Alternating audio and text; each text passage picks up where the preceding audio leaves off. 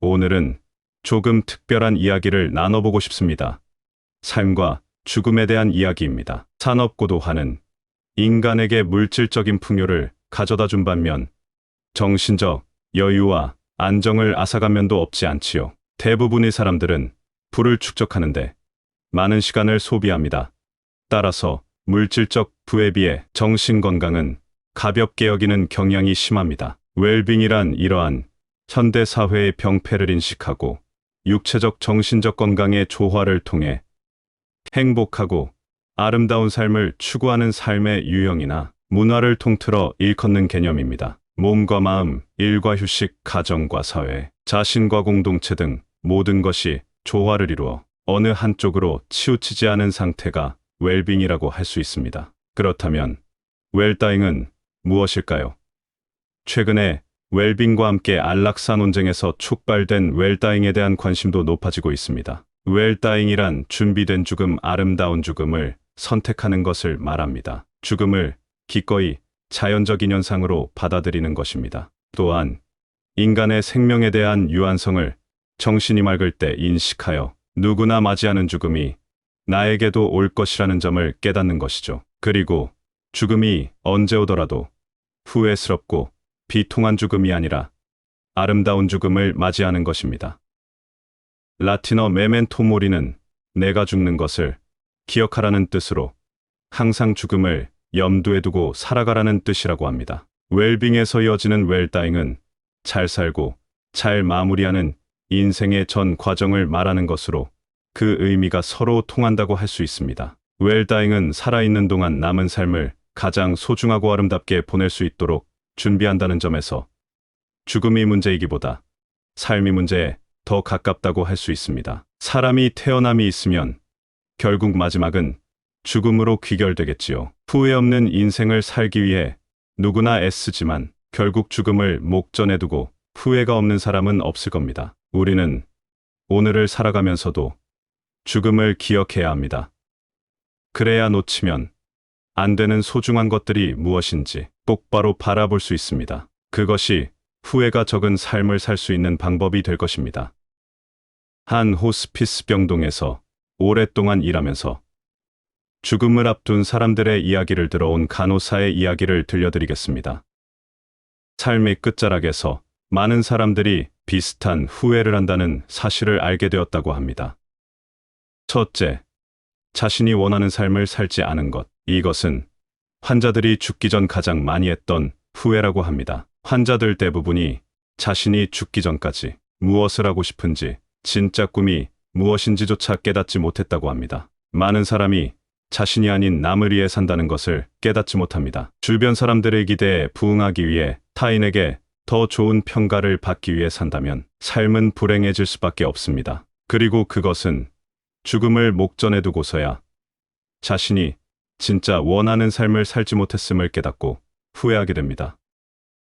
둘째, 너무 열심히 일만 한 것. 남성 환자 대부분이 가족들과 더 많은 시간을 보내지 못하고 직장 업무에 몸바쳐 일한 것을 가장 후회한다고 말했다고 합니다. 그들은 직장에서 일이 너무 바빠서 아이들이 커가는 것을 제대로 보지 못했고 사랑하는 배우자와도 충분한 시간을 보내지 못한 것을 후회했습니다. 삶의 끝에서 떠오르는 기억은 내가 얼마나 많은 일을 했고 많은 것을 이루고 성취했는가가 아니라 바로 가족입니다.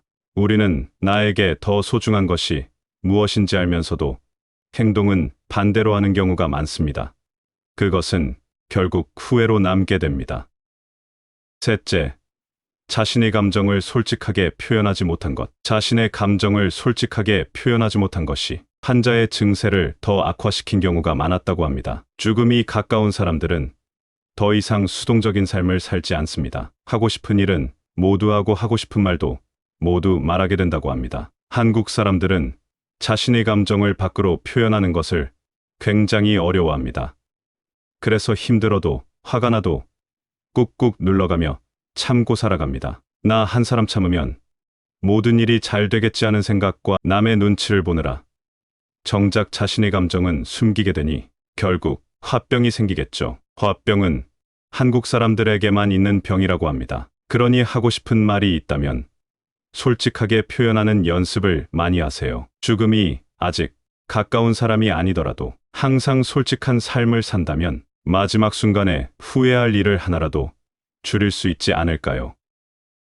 넷째, 친구들과 인연을 끄는 것. 죽기 전 그들은 오래전 연락이 끊어져 버린 친구를 다시 볼 수 없다는 것을 깨닫고 그들이 얼마나 소중한지 너무 늦게 깨달았음을 후회했다고 합니다. 친구라는 관계는 그냥 저절로 생기는 게 아닙니다. 특히 성인이 된 후 친구를 사귀는 일은 더욱 어려워지는데요. 각자 자신의 생활 패턴대로 살아가다 보면 가끔씩 주고받던 연락도 뜸해지고 나이가 들어가면서 그마저도 뚝 끊기게 됩니다. 우스갯소리처럼 들리겠지만 결혼을 하거나 누군가 세상을 뜨지 않는다면 얼굴 보기 힘들다는 말이 있을 정도입니다. 그렇게 살아가다 보면 젊을 때는 그런 대로 살아가지만 죽음을 앞둔 순간에는 연락할 친구가 하나도 없을지도 모릅니다.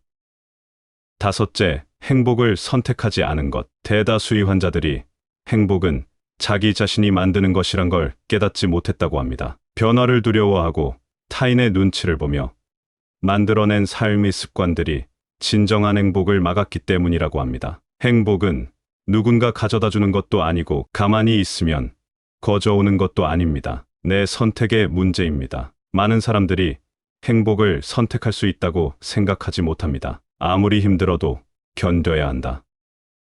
다들 그렇게 살아간다. 너만 힘든 게 아니라며 스스로를 위로하고 그것이 인생이라며 참고 또 참으며 살아갑니다. 하지만 참고 견뎌서 얻어내는 큰 행복이 삶의 전부는 아닙니다. 작고 사소한 행복이 인생을 더 아름답게 만듭니다. 우리 인생은 한 방이 아닙니다. 한 번의 큰 행복으로 끝난다면 너무 허무합니다. 그러나 작지만 사소한 행복을 자주 선택한다면 삶은 더욱 풍요로워질 것입니다. 그러니 부디 작은 행복을 더 자주 적극적으로 선택하며 살아가시길 바랍니다. 가족이나 가까운 친구들과 맛있는 음식을 먹고 함께 여행을 가고 산책을 하고 꽃놀이도 가고 단풍 구경도 가고 차 한잔 마시는 일처럼 작지만 소중한 일상을 나누어 보세요. 우리가 살아가고 있는 하루는 어제 죽어간 이들이 그토록 바라던 내일이라고 합니다. 그토록 소중한 하루를 소중하게 감사해하며 살아가시길 바랍니다. 지금 있는 그대로 우리 모두는 행복할 권리가 있습니다. 우리는 과연 죽기 전에 무엇을 가장 후회할까요? 깊이 생각해 보시고 답을 구하셨다면 우리는 이미 행복할 수 있는 방법을 하나 얻은 셈입니다. 살아있다는 것, 그 자체가 너무 소중합니다. 당신의 소중한 하루를 응원합니다. 이상으로 시니어를 위한 모든 것 시니어 톡톡이었습니다. 더 알찬 내용으로 찾아오겠습니다. 이번 영상이 도움이 되셨다면 구독과 좋아요 부탁드립니다. 감사합니다.